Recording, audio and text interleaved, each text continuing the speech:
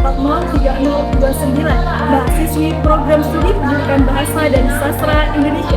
Pada kesempatan kali ini saya akan melakukan wawancara dengan seorang narasumber yang memiliki pengalaman dan kontribusi di dalam bidang kepenulisan. Wawancara ini bertujuan untuk menambah wawasan mengenai proses kreatif, pengalaman, serta pandangan menurut narasumber terhadap dunia penulisan. Yuk ikuti keseruannya!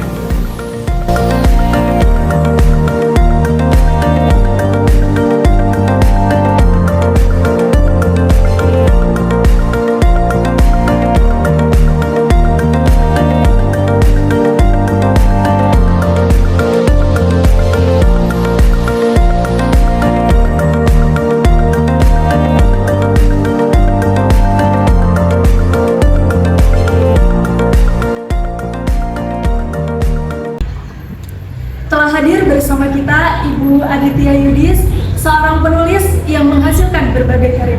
Terima kasih banyak Ibu yang telah bersedia meluangkan waktu untuk mengikuti wawancara pada kali ini. Terima kasih banyak juga untuk waktunya dan sudah memberi saya kesempatan untuk diwawancara ini. Ibu, sebelum kita memulai, mungkin Ibu dapat memperkenalkan diri terlebih dahulu. Ada Ibu di sini. Nama saya Aditya Yudis, biasa dipanggil Tia. Jadi saya penulis, sebenarnya penulis itu sampingan saya ya. Pekerjaan utamanya bukan sebagai penulis. Dan saya sudah nulis dari tahun 2010 sampai sekarang sudah menemukan sekitar mungkin lebih dari 10 karya ya, saya juga lupa. Jadi novel saya yang terakhir judulnya Stardust itu terbit tahun 2021. Yang lainnya juga genrenya sih macam-macam ya, ada yang remaja, ada yang dewasa, tapi semuanya novel populer, tulisan populer. Langsung saja nih Ibu, bagaimana awal mula Ibu untuk tertarik menjadi seorang penulis dan siapa yang menginspirasi Ibu untuk menjadi seorang penulis? Awal mula saya menjadi penulis itu karena saya sedang membaca. Jadi sejak kecil saya memang suka membaca, banyak membaca. Pada satu titik itu saya membaca sebuah novel dan saya merasa dengan percaya dirinya kalau saya juga bisa nulis seperti ini. Jadi saya nulis waktu itu sekitar tahun 2010 ya. Jadi saya kirim ke penerbit dan alhamdulillahnya langsung diterima. Ternyata ide saya itu diserahkan oleh mereka dan akhirnya saya dikasih kesempatan untuk menerbitkan novel pertama saya. Kalau yang siapa yang menginspirasi, nggak ada ya tadi buku itu tadi, novel itu tadi Dari diri sendiri. Iya, jadi lebih ke diri sendiri, saya ngerasa bisa saya nulis.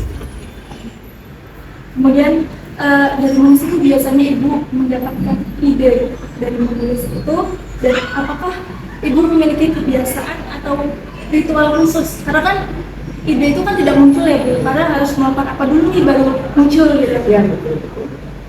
Untuk ide tulisan itu sebenarnya bisa datang dari beberapa saya ya. Biasanya saya dari apa yang dibaca, kemudian saya tonton. Akhir-akhir ini sih setelah sekian lama gitu ya, itu saya lebih senang ide itu biasanya datang dari sekitar. Jadi saya mengamati orang tempat kerja di sekitar lingkungan. Dan itu tuh dari obrolan itu bisa muncul, dari gosip-gosip tetangga yang itu tuh bisa jadi ide. Biasanya sih dari situ. Kemudian ritualnya segitu biasanya setelah saya dapat ide, saya dalami, saya diamkan beberapa hari atau beberapa waktu, bisa minggu, bisa bulan, baru nanti dikembangkan. Dia butuh riset apa yang saya butuhkan, buku apa yang perlu saya baca, mau konsepnya seperti apa. Nah itu ritualnya itu. Biasanya paling lama di situ, lebih lama mengendapkannya daripada menulisnya. Kalau untuk kebutuhan, karena saya orang yang nulis dengan sesuai dengan jadwal sendiri ya, saya nggak dikejar-kejar deadline, bulan ini harus terbit.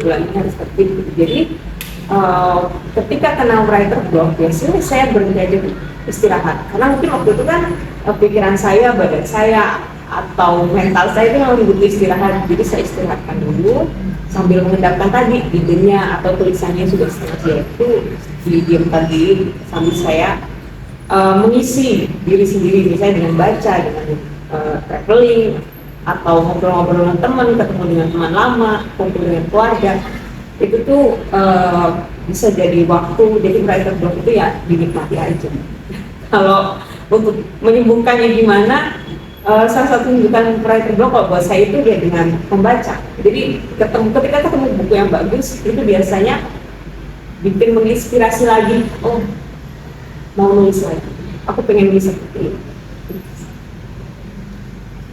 Kemudian pastikan Bu selama menjadi penulis ini ada yang paling berkesan dalam menulis ini apa yang paling berkesan dalam menulis?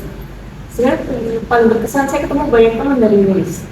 Jadi teman-teman yang nggak pernah terpikir untuk jadi teman akhirnya bisa ketemu dan jadi. Dan sampai sekarang alhamdulillah beberapa itu masih kontak-kontakan dan beberapa itu juga jadi nulis. Jadinya kan ketemu ketika masih belajar nulis dan sekarang masih nulis, masih bikin buku dan itu bahkan ada yang dapat penghargaan dan lain-lain itu saya ngerasa bangga banget gitu. Dan lainnya itu nulis itu tuh membuka wawasan saya, jadi mengenali diri sendiri, kemudian juga bagus ya buat kesehatan mental karena kan pikirannya nggak di kepala aja, kita luapkan jadi tulisan. Dan itu dari nulis juga saya banyak belajar hal-hal baru yang nggak pernah terpikir saya untuk pelajari atau ketahui, jadi banyak tahu. Itu tuh salah satu yang bikin saya senang tulis. Kan banyak sih Bu penulis lain gitu ya. Ini bagaimana sih Bu menjaga keaslian ide dengan gaya penulis di tengah banyaknya karya yang beredar gitu Bu? Menjaga keaslian ide. Jadi sebenarnya di dunia itu nggak ada ide yang baru ya. Maksudnya nggak ada ide yang baru itu karena kayak cerita Romeo and Juliet itu kan sudah diulang-ulang sih, saling sama-sama cinta tapi nggak bisa bersama. Dan itu kan kita udah ngeliat cerita seperti itu banyak banget. Tapi kan yang bisa membedakan kita dengan penulis yang lain adalah yang pertama, kita itu punya pengalaman yang berbeda dengan misalnya bilang Shakespeare atau kalau penulis Indonesia kayak Terelie atau Ahmad Tohari, kita punya pengalaman yang berbeda dan kita itu punya isi otak yang beda juga. Jadi nah itu pun yang bisa bikin ide kita itu terasa lebih segar, lebih fresh, ya bukan lebih segar atau lebih bagus, lebih fresh, tapi bisa memunculkan perbedaan atau keunikan gitu dari tulisan kita dengan yang sudah. Itu sesuatu yang nggak mudah memang. Cara belajarnya itu ya tadi harus baca. Sekarang itu banyak penulis yang calon penulis ya. Saya nggak mau baca nanti ide saya itu mirip sama orang lain. Itu kalau saya sih merasanya kalau pengen serius jadi nulis, pengen punya sesuatu yang baru atau fresh itu ya harus membaca. Semakin banyak baca, semakin kita tahu kisah cinta terlarang yang belum dituliskan seperti apa. Untuk calon penulis gitu ya, kalau menurut Ibu keterampilan apa yang paling penting dimiliki oleh calon penulis? Keterampilan penting, ketekunan. Iya, tekun. Kalau sudah ingin menulis itu harus tekun belajar menulis setiap hari, nulis jurnal, nulis caption, nulis apapun yang penting itu dilakukan tekun tiap hari.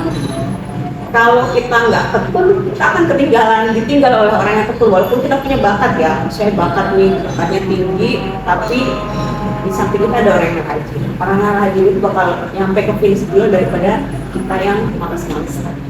Dan yang kedua itu selain tekun itu membaca. Jadi kalau pengen menulis ya harus baca, karena dari membaca itu tadi kita bisa membuat ide yang memperbarui ide yang sudah lama jadi lebih fresh, karena kita tahu oh cerita cinta yang terlarang yang belum ada itu yang seperti ini gitu. Dan juga kita juga bisa mencuri ilmunya penulis-penulis yang sudah jadi. Apa sih yang bikin bagus? Apa sih yang bikin tulisannya Terelie misalnya, atau misalnya Ahmad Tohari, atau misalnya Pramudia itu bagus apa sih? Nah kita itu bisa membedah dari situ dari apa yang kita baca. Terakhir Bu, masih Bu, harapan Ibu terhadap perkembangan dunia literasi dan kepenulisan di Indonesia ke depan itu seperti apa? Harapan saya lebih banyak orang membaca ya. Sekarang itu sebenarnya di mana-mana itu ada penurunan tingkat membaca, nggak cuma di Indonesia tapi sekitar saya lihat sendiri, tapi juga di seluruh dunia itu keinginan membaca itu menurun. Dan itu tuh lawannya kan sosial media. Mendingan scrolling dong daripada baca buku, nggak bisa diupdate, orang nggak tahu mana kita baca. Walaupun kami juga di TikTok ya, TikTok itu ya, di Instagram juga yang bikin orang itu lebih banyak baca. Jadi kalau saya harapannya untuk buku itu lebih aksesibel atau lebih mudah diakses dan lebih gampang didapatkan, harganya juga bisa lebih murah, bisa lebih mudah diakses. Dan perpustakaan itu juga harusnya punya koleksi yang lebih update, koleksi yang klasik. Jadi orang itu memang membaca itu bisa membaca macam-macam. Tapi kalau untuk meningkatkan daya baca gitu dia itu ya memang agak sulit ya, tapi ya bisa perlahan tapi pasti. Untuk ini Bu, kan Ibu kan menghasilkan berbagai karya ya. Nah, kalau nih teman-teman ngelihat video ini penasaran nih karya Ibu Aditya Yudis ini apa aja sih judulnya? Kemudian kalau kita ingin membelinya itu di mana gitu Bu? Karya saya yang terakhir itu kan tadi tahun 2021, setelah itu kan saya belum menghasilkan karya lagi. Oh berarti sebelum ini belum Bu? Terakhir itu tahun 2021 itu dari pertama nulis itu saya pertama kali tahun 2010 2011 kalau nggak salah. Itu buku pertama saya judulnya Menggambar. Terus itu yang kedua itu udah lupa. Yang kedua itu kalau nggak salah judulnya Once Upon a Love, sama sih cerita-cerita remaja gitu. Itu tahun 2011 atau 2012. Kemudian 2013 itu saya udah agak lupa ya, tapi saya ada di judulnya seperti Merdeka Rasa, kemudian ada biru untuk Januari, Time After Time. Kemudian saya juga kolaborasi sih dengan teman saya, jadi nulis duet itu ada beberapa buku seperti Brother and Jacob. Kemudian terus kumpulan cerpen, dulu pernah ikut kumpulan cerpen itu diterbitkan di Gramedia itu tahun 2013 atau 2013 judulnya Singgah. Jadi pun saya bareng beberapa penulis terkenal lah ya. Itu saya lupa juga sih. Soalnya banyak, sudah lama dan Masya Allah, ini banyak. Dan kalau mau dapat buku-buku saya sebenarnya sekarang udah agak susah karena sudah out of print. Jadi banyak yang udah nggak beredar di toko buku. Tapi misalnya dicari kayak di Shopee gitu masih ada sih. Biasa yang jual prelotnya atau yang masih segel tapi sudah diskon lagi. Kalau misalnya mau cek dulu gitu bisa sih diketik aja nama saya Aditya Yudis, itu nanti di Google biasanya keluar tulisnya atau ada blog saya juga di situ ada. Baik Ibu, terima kasih atas waktu, pengalaman, serta ilmu yang telah dibagikan pada kesempatan kali ini. Semoga informasi yang telah disampaikan dapat memberikan manfaat dan inspirasi bagi mahasiswa-mahasiswi. Saya juga ucapkan terima kasih kepada seluruh pihak yang telah menyaksikan wawancara ini. Saya Istiqomah, mohon pamit. Sampai jumpa pada kesempatan berikutnya. Wassalamualaikum warahmatullahi wabarakatuh.